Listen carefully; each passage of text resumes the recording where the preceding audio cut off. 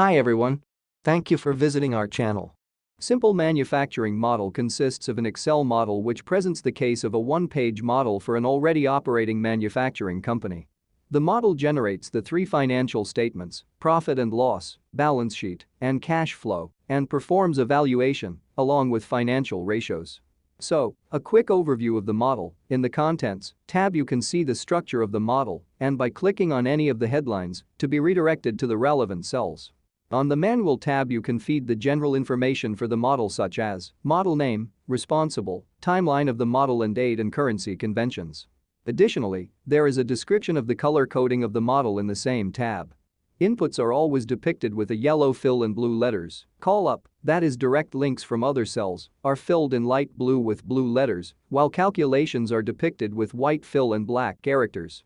Gray cells are restricted cells which you must not change.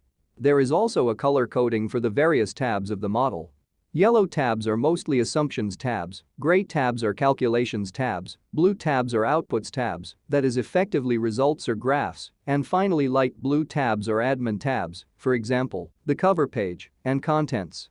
Moving on to the Inputs, Outputs tab, the user can amend various assumptions on the right side of the worksheet from columns K to V. Such assumptions consist of market and market share per product, volumes and prices per product, other assumptions, interest rate, taxes, receivables, payables, discount rate, growth rate and depreciation as percentage of fixed assets. Additionally, the user is able to change the fixed costs of production, the administrative fixed costs, as well as the production costs per product.